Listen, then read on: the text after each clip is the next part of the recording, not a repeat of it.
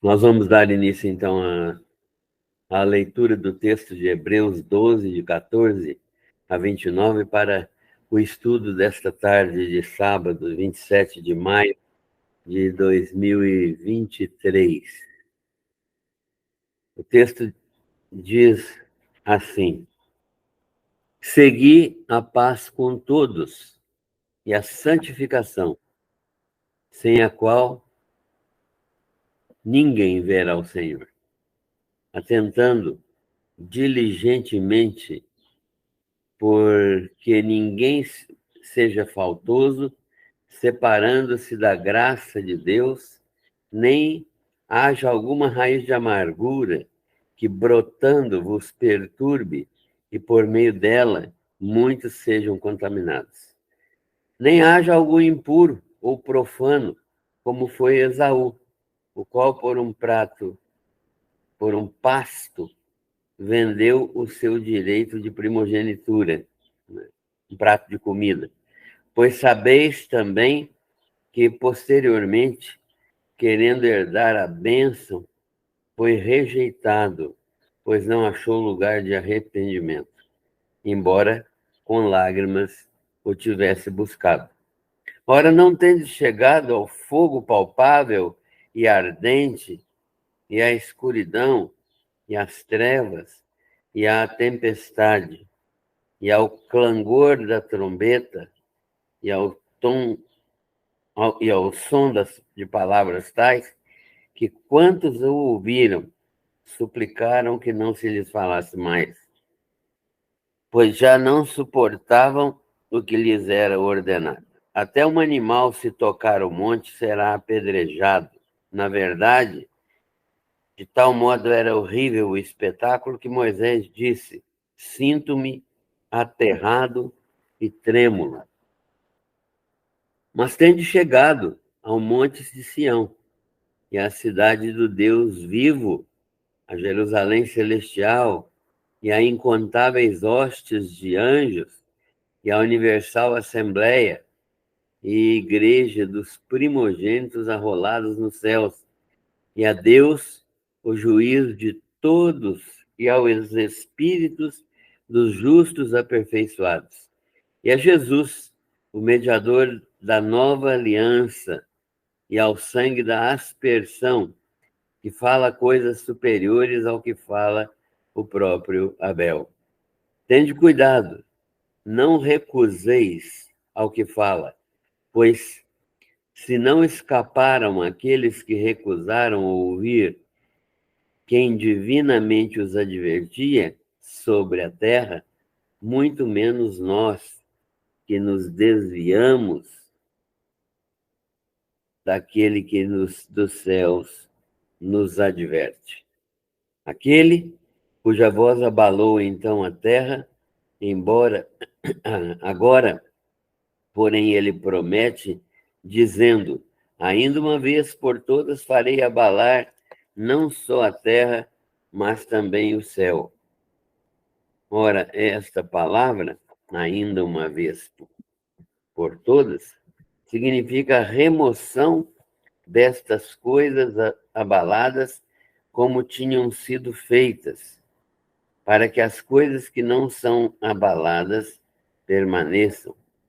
Por isso, recebendo nós um reino inabalável, retenhamos a graça, pela qual sirvamos a Deus de modo agradável, com reverência e santo temor, porque o nosso Deus é fogo consumidor. Amém. Senhor, agradecemos-te pela oportunidade de estudar a tua palavra, de meditar nela, de podermos ser edificados por ela, esclarecidos pela sua sabedoria e manifestada a nossa graça, nossa misericórdia que vem do Senhor pelo estudo da tua palavra. É o Senhor que misericordiosamente e graciosamente nos ensina, nos revela aquilo que está na tua palavra. Nós te louvamos pela presença dos irmãos conosco, oramos pedindo para que todos aqueles que participam sejam edificados na tua presença. Dá-nos sabedoria, discernimento, paz no coração, capacidade de entender todas as coisas. Nós oramos agradecendo todas as tuas bênçãos, em nome do Senhor Jesus. Amém. Muito bem, estamos quase terminando Hebreus, né? Temos o estudo de hoje e depois o capítulo 13 para encerrarmos esta carta. E, na verdade, o autor está preocupado com a situação dos judeus cristãos. E a pergunta que se faz é esta: o que se espera dos cristãos hebreus ou judeus cristãos, que é a mesma coisa, diante de tudo que foi apresentado a eles? O que foi apresentado a eles? Foi apresentado a eles uma vida cristã genuína, marcada por virtudes cristãs, por virtudes morais, virtudes espirituais. Foi-lhes apresentado um sistema de vida espiritual completamente diferente do judaísmo, em que Cristo, além de ser superior a todos, a todo o sistema, ele é plenamente suficiente para resolver todos os problemas que o pecado de Adão e Eva, que a queda, trouxeram para o mundo. Então, nós vemos aqui que Deus verdadeiramente resolveu todas as pendências em Cristo, quando ele disse, lá na cruz do Calvário, está consumado. Ou seja, tudo já foi feito, não há nada por fazer, tudo foi perfeitamente realizado, não há nada que ficou sem realizar na sua plenitude, não há nenhum tipo de emenda a ser feita. Meu trabalho, a minha obra foi absolutamente perfeita, absolutamente santa, absolutamente permanente, absolutamente eterna. Não há possibilidade de defeito. Eu sou o Cordeiro de Deus que tira o pecado do mundo, não só o pecado individual, mas todos os efeitos do pecado, todos os efeitos do pecado na vida de cada pessoa e na própria criação do universo. Então, o autor está demonstrando isso, né, que a obra de Jesus é absolutamente completa. Então, não comer carne, guardar um dia, ficar brigando se é domingo ou se é sábado, ficar perguntando se roupa comprida pode, se roupa curta pode, se tem que andar de terno ou disso, se pode usar barba, se não pode, se tem que circuncidar, se não tem que circuncidar. Isso tudo é lixo que tem que ser jogado fora da vida cristã.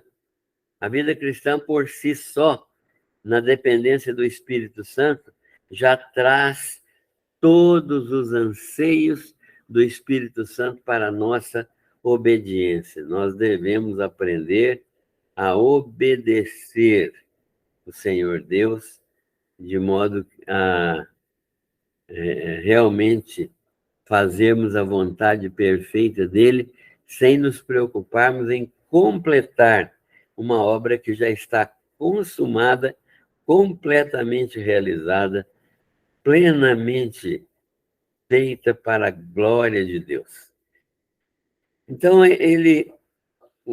o autor da carta deste livro de Hebreus, ele fala isso de modo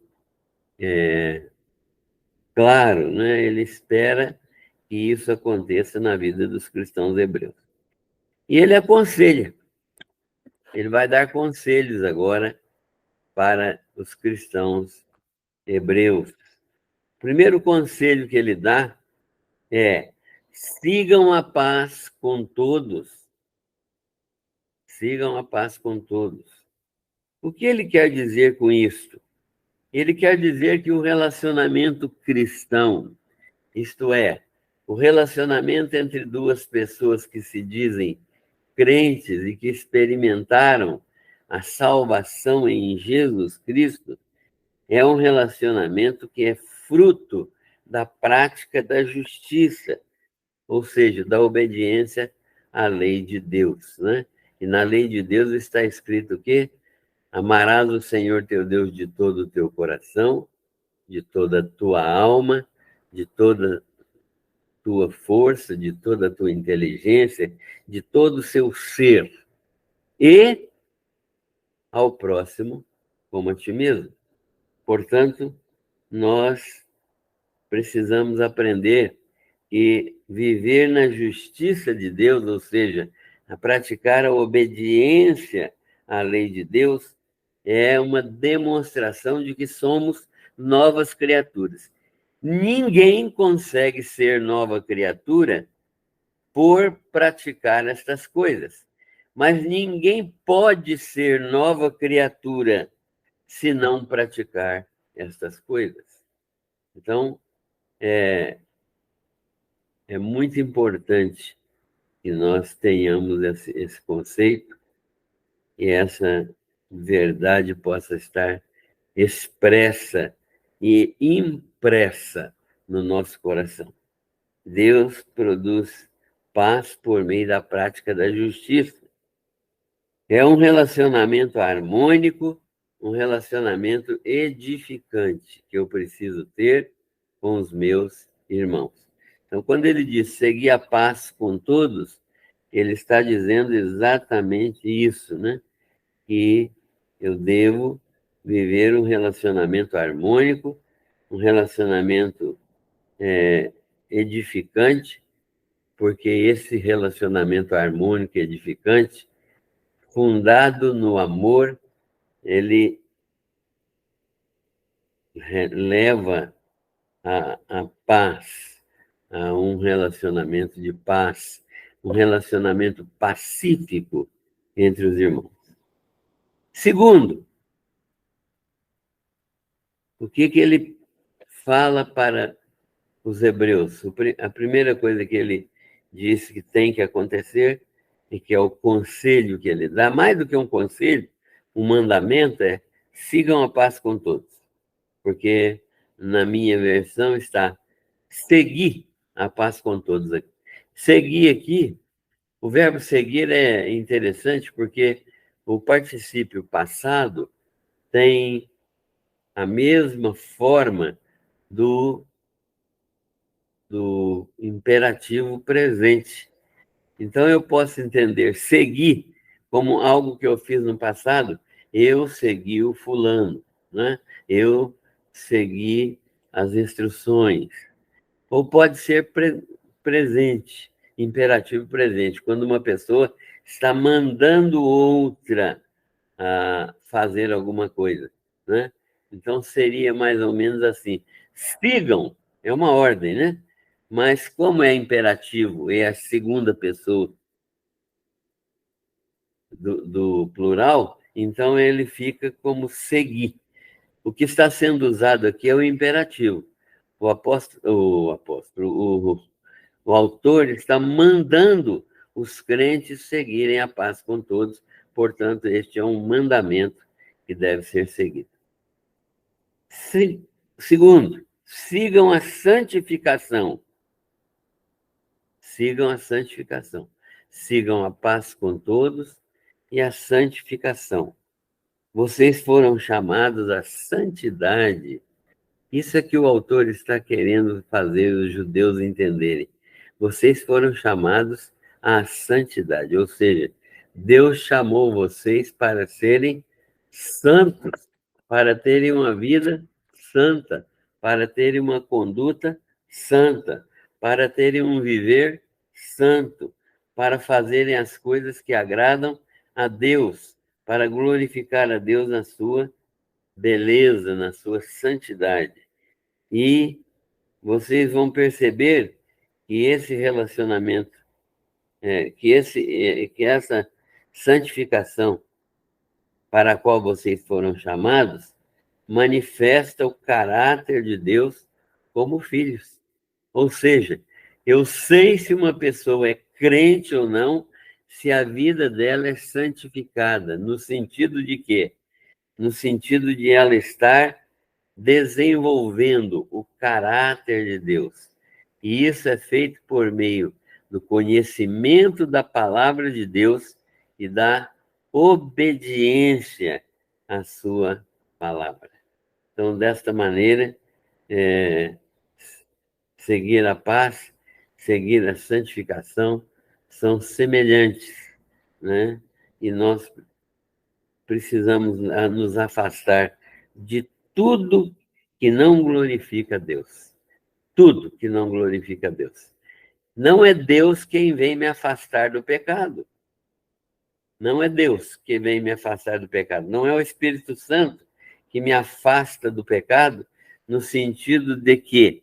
No sentido de que ele vem me evitar que eu peque. Não. Ele trabalha na minha vontade. E eu evito pecar porque eu estou debaixo da vontade, do domínio do Espírito Santo. Então, a vontade do Espírito Santo, o desejo, a ação, o poder do Espírito Santo se manifestam na minha vontade e eu me afasto do pecado.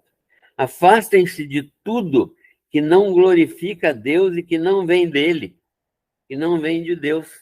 Eu preciso ter discernimento para entender aquilo que é de Deus e aquilo que não é de Deus. Isso que o autor está ensinando aos crentes hebreus e, por consequência, ensinando a nós também, porque a Bíblia foi dada para a igreja do Senhor em todo o tempo. E por meio do Espírito Santo é que nós somos santificados, chamados à salvação. E o chamado à salvação, irmãos, implica necessariamente em santificação. Ninguém pode ser chamado à salvação sem ser chamado à santificação. Sem ela, sem a salvação, ninguém verá o Senhor. Sem a santificação, ninguém verá o Senhor. Então, a santificação é um desenvolvimento da minha salvação. Não que a minha salvação não esteja completa. Se eu morresse no dia que eu me converti, eu seria salvo. Se eu morresse 10 anos depois que eu me converti, eu seria salvo. E se eu morresse 20 anos depois que eu me converti, ou 30, ou 40, ou agora, eu seria salvo, porque a salvação depende da fé em Cristo Jesus pela graça de Deus. Mas a santificação é o desenvolvimento desta salvação. Eu não sou o mesmo que eu era há 10 anos atrás em santificação. Nem era há 10 anos atrás, eu não era o mesmo que há 20 anos atrás e assim por diante. Por quê? Porque a salvação está operando e a salvação opera crescimento espiritual, santificação. Então, a santificação é a salvação contínua. A salvação propriamente dita é a salvação presente, né? Então, nós temos a salvação presente, em que eu sou salvo agora, no momento em que eu me converto. E tem a salvação contínua, que é aquela em que eu vou sendo salvo, libertado do pecado, progressivamente até o dia da minha morte, né? E não há risco de perder nenhuma das duas, porque elas são obra da misericórdia e da graça de Deus. Então, nós somos chamados à salvação e isso implica necessariamente em santificação. E sem esta santificação, quer dizer, sem esta ação do Espírito Santo que me salvou e continua me tornando semelhante ao Senhor Jesus Cristo, sem isso, ninguém verá o Senhor. Então, quando um crente fala que ele está salvo e está tudo muito bem e que ele não precisa ficar fazendo coisas, indo na igreja, contribuindo, porque salvação já foi dada a ele, a gente tem que duvidar da salvação dessa pessoa, porque, na verdade, o salvo deseja receber mais e mais da santificação, da semelhança com o Senhor Jesus Cristo. Terceiro,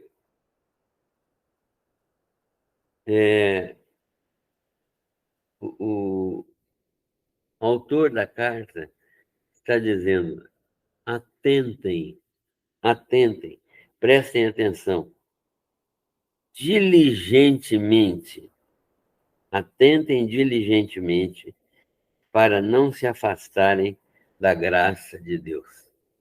É uma outra característica, né? Uma outra característica da vida cristã genuína, como que ela se demonstra. Então, sigam a paz com todos, sigam a santificação, atentem diligentemente para não se afastarem da graça de Deus.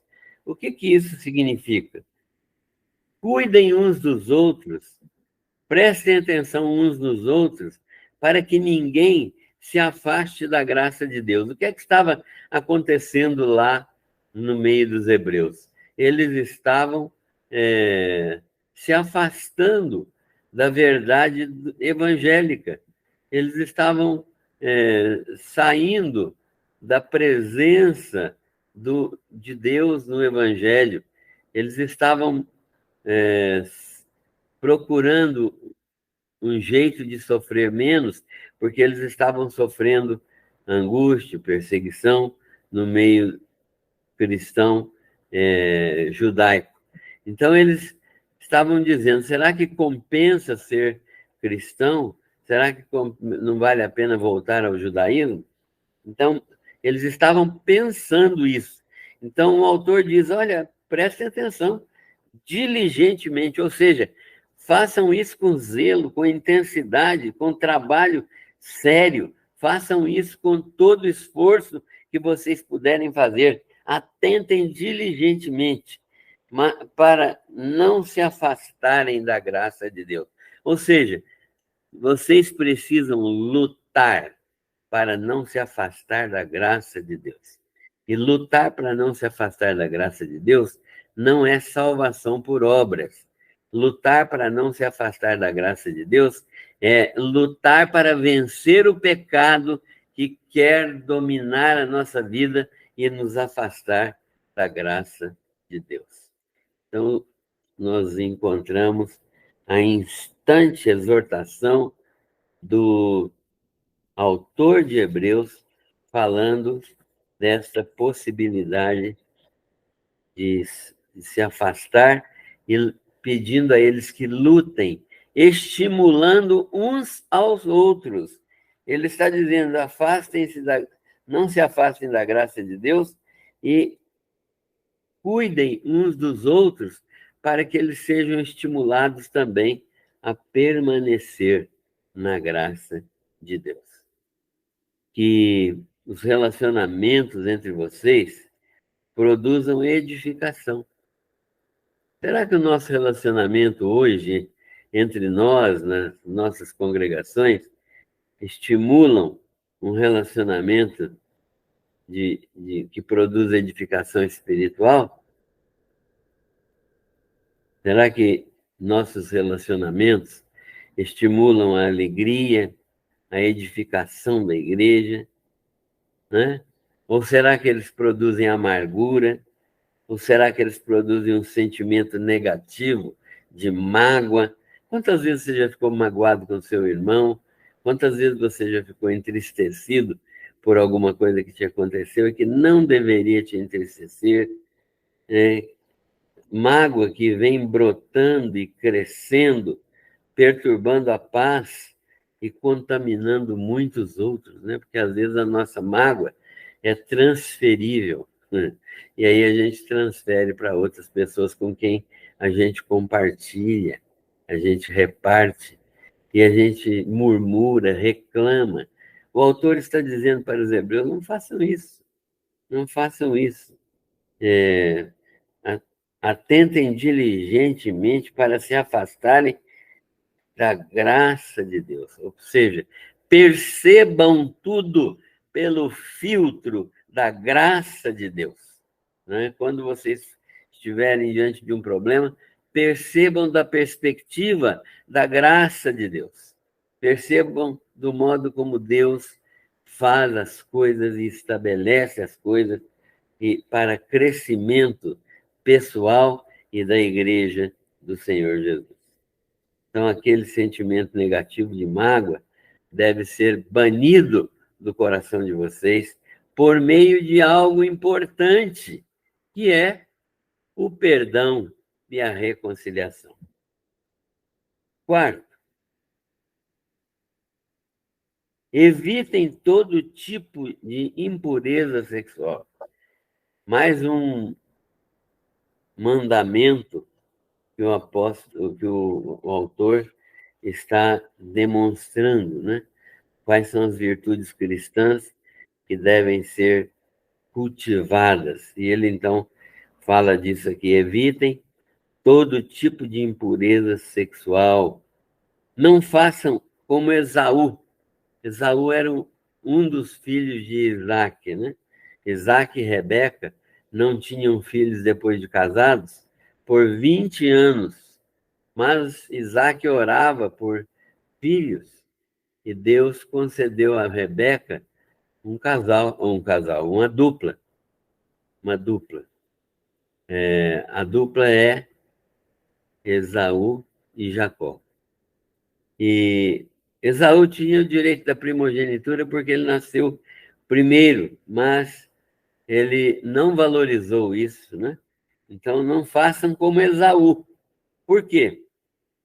Que por um prato de comida, um prazer passageiro, algo que todos os dias tem, um prazer passageiro, fugaz, algo cujo prazer não dura meia hora, e trocou esse prazer que era esse prazer fugaz pela bênção.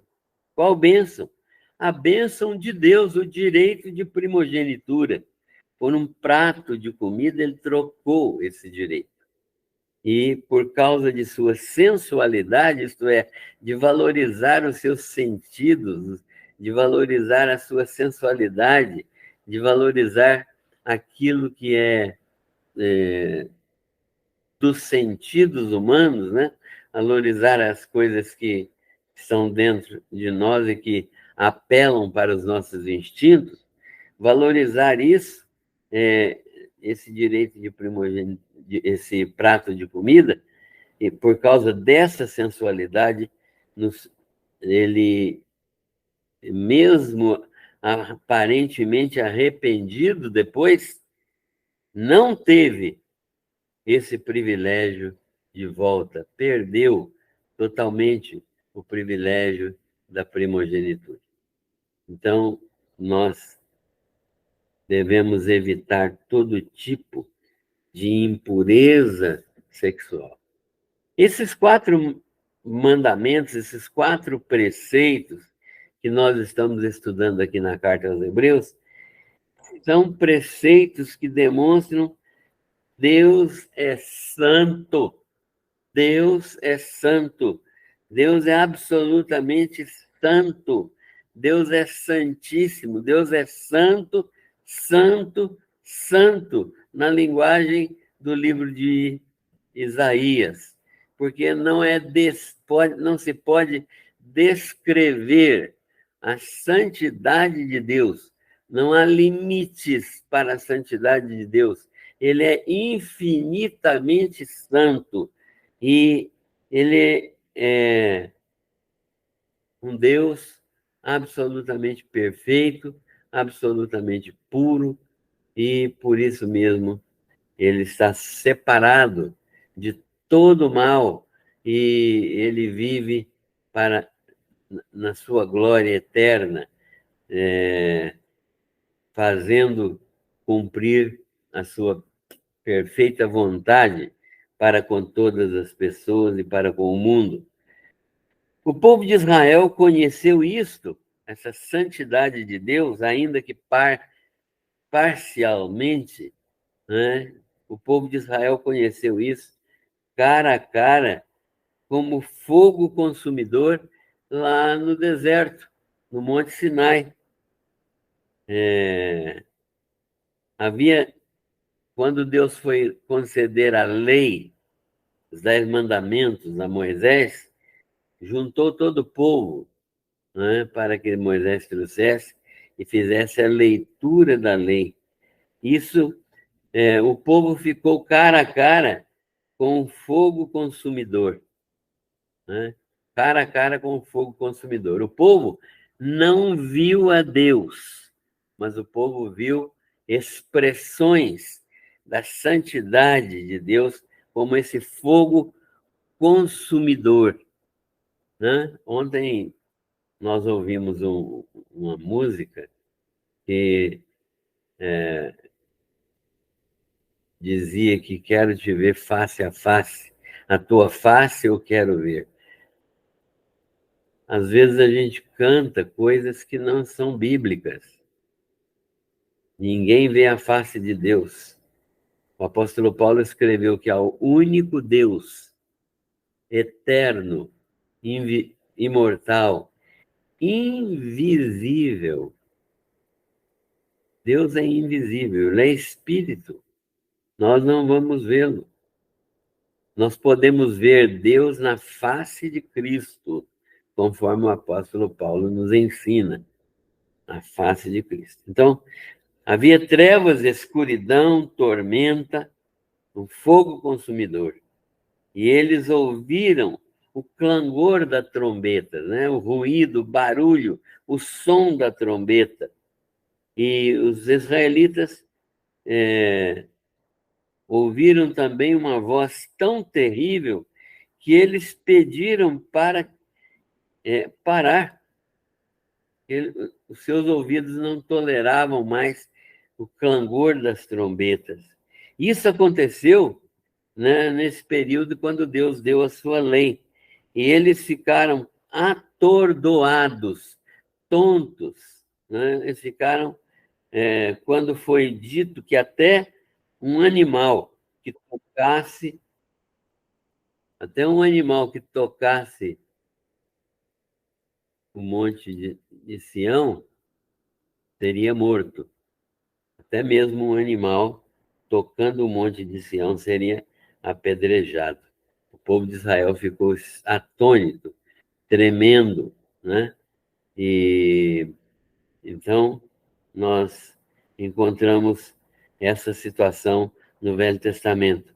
Até mesmo Moisés, segundo o texto que nós lemos, tremia de medo ante aquele terrível espetáculo. Mas, então, o texto fala, olha, aquele espetáculo era terrificante. Mas, irmãos, vocês não chegaram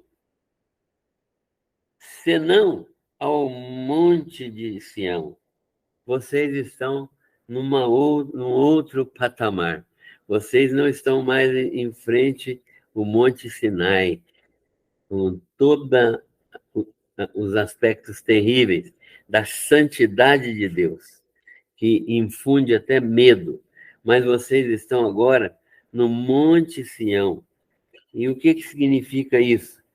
Nesse Monte Sião, vocês já chegaram à cidade do Deus vivo.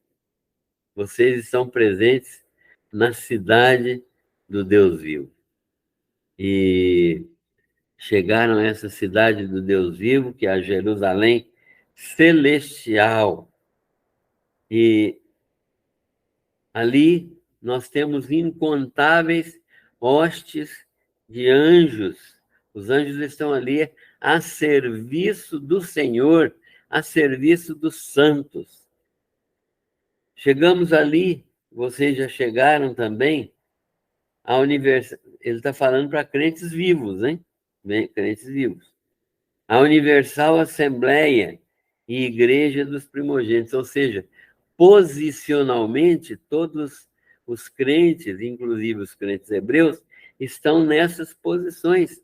Por quê? Porque a obra de Cristo já foi consumada. Então, todos nós estamos em Cristo, estamos no lugar onde Cristo está. A Igreja dos Primogênitos, arrolados no céu. Vocês chegaram a Deus, e mostra isso um contraste com Israel, que chegou ao Sinai, né? Chegou à lei de Moisés, mas o povo de Israel do Novo Testamento, que se converteu, chegou a Deus, que é o juiz de todos, e chegou aos espíritos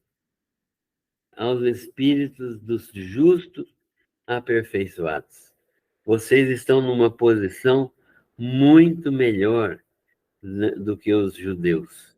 Vocês estão numa situação definitivamente melhor do que tudo aquilo que já aconteceu com os judeus.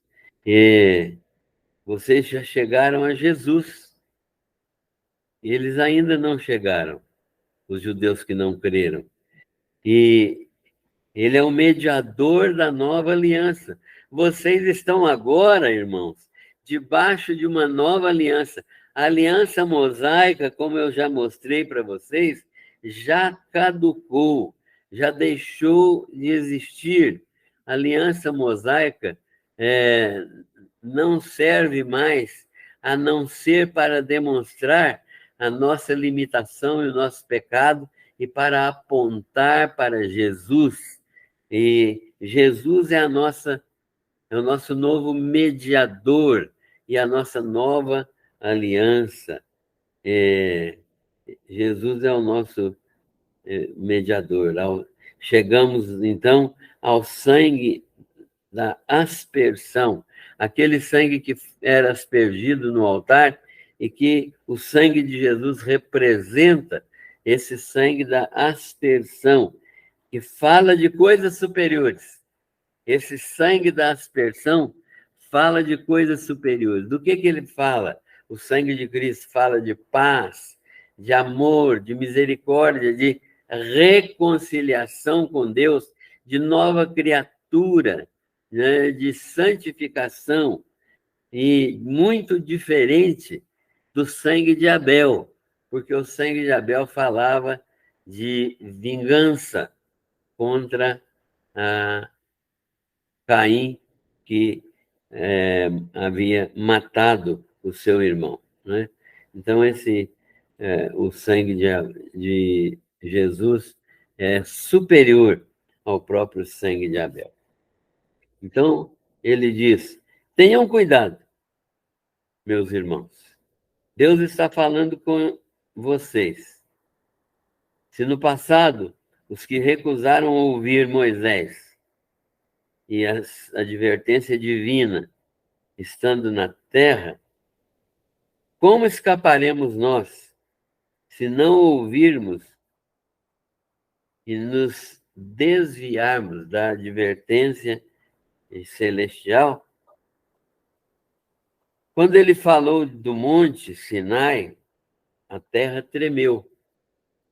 Da próxima vez que ele falar, o próprio Deus, todos vocês verão os alicerces de todas as coisas serem abalados, permanecendo somente aquilo que está solidamente firmado. Ou seja, Deus vai demonstrar que só aquilo que está solidamente firmado no sangue do Cordeiro e na obra redentora de Jesus cujos alicerces permanecerão para sempre, permanecendo somente aquilo que está firmado por Deus, o reino que nós já recebemos, e que é indestrutível, porque o reino de Jesus é um reino indestrutível. Então, irmãos, permaneçamos nesta graça, com corações agradecidos e servindo a Deus com toda reverência, em santidade, agradando a Deus em tudo, porque nosso Deus é um fogo consumidor. Não brinquem com a santidade de Deus. Embora seja Ele graça, amor, misericórdia e paz, Ele é um Deus que exige santificação. Você não pode falar que é filho de Deus sem ter o caráter de Deus, sem desenvolver esse caráter de Deus. Concluindo, a vida cristã, segundo o autor de Hebreus, deve manifestar santidade. Acabamos de falar. A santidade de Deus impressiona severamente o escritor de Hebreus e deve nos impressionar também muitíssimo. Nós também devemos ser impressionados. O conselho, mandamento, não é o conselho que é um mandamento do apóstolo Pedro, né? Não é o autor de Hebreus, é um conselho tirado do Velho Testamento. Sede santos, porque eu, o Senhor vosso Deus, sou santo. Isso é a essência do cristianismo, né? A essência do cristianismo é a transformação operada pelo Espírito Santo na nossa vida. Segundo, santidade é uma qualidade essencial e superlativa de Deus, da vida de Deus. Tudo em Deus é santo. Sua santidade purifica e qualifica divinamente todos os seus atributos. Esta vida dele, de Deus, santa, é a vida que está em nós. É a vida que Deus nos deu. É a vida que Jesus Cristo nos outorgou na cruz do Calvário e que o Espírito Santo implantou em nossos corações. O que isso significa para você em relação à santidade de Deus? Terceiro, tudo que você imagina, faz, pensa, tudo que você vê, lê, assiste, ouve, tudo que você deseja, gasta, participa, etc. Tudo isso é santo, ou seja, glorifica a Deus, faz aquilo que Deus quer. É preciso pensar nisso, porque um dos modos de sermos santos é tendo atitudes dominadas pelo Espírito Santo. Não tudo aquilo que eu faço, que eu penso, que eu imagino, que eu leio, que eu assisto, que eu ouço, tudo que eu desejo, que eu gasto, que eu participo, tudo deve ser santo, deve glorificar a Deus. Quarto, qual a imagem que você tem de Deus? Qual a imagem? Ele traz uma figura terrível à sua mente ou ele manifesta sua maravilhosa graça em Cristo Jesus? Os judeus tinham medo do Velho Testamento, tinham medo porque a santidade de Deus trazia uma visão terrível e era tão santo que havia necessidade de purificações para se aproximar do templo, para se aproximar do monte, havia necessidade de abluções, lavagens com água pura, etc. E qualquer que tocasse o monte mesmo que fosse um animal, deveria ser destruído, apedrejado, né? Mas no Novo Testamento, nós somos apresentados a Cristo. E agora a santidade de Deus não deixou de ser a mesma santidade que ele tinha no Velho Testamento. Mas não é mais aquela figura terrível, né? Agora é uma santidade que se manifesta com sua maravilhosa graça em Cristo Jesus. Né? Por quê? Porque a ira de Deus agora, que continua existindo, foi derramada sobre a pessoa bendita de Jesus Cristo, nosso Senhor. Então, a ira de Deus está sobre Jesus na cruz do Calvário, para que eu possa experimentar a sua santidade e manifestar-se, e ver manifesta a sua maravilhosa graça em Jesus. Quinto e último, há muitas coisas que fazemos que realmente devem ser feitas. Mas há coisas que fazemos que devem ser feitas que fazemos mais ou menos. Mais ou menos. Se há coisas a fazer, tudo deve ser feito para a glória de Deus. E tudo deve ser bem feito. Devemos empregar em tudo que fizermos diligência. Já falei sobre diligência hoje, né? É zelo, interesse, trabalho, esforço denodado, né? Porque Deus exige de nós o melhor, né? Tudo que tiver às mãos para fazer, faz-o da melhor maneira possível, porque o nosso Deus é um fogo consumidor. O fogo do altar não é um fogo mais ou menos. O fogo do altar no Velho Testamento era um fogo contínuo que não podia se apagar, noite e dia, dia e noite. O fogo estava ali mantido pelos sacerdotes e pelos levitas, e ele não podia oscilar, ele tinha que permanecer o mesmo. Aquilo lá é o símbolo de uma vida cristã dedicada, completamente colocada diante de Deus para satisfazer o seu coração e fazer a sua perfeita vontade. Que Deus misericordiosamente nos ajude a entender qual é o nosso papel, né?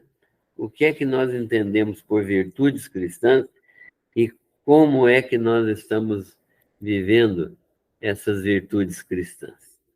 Deus abençoe a todos e que a glória dele seja manifestada na nossa vida.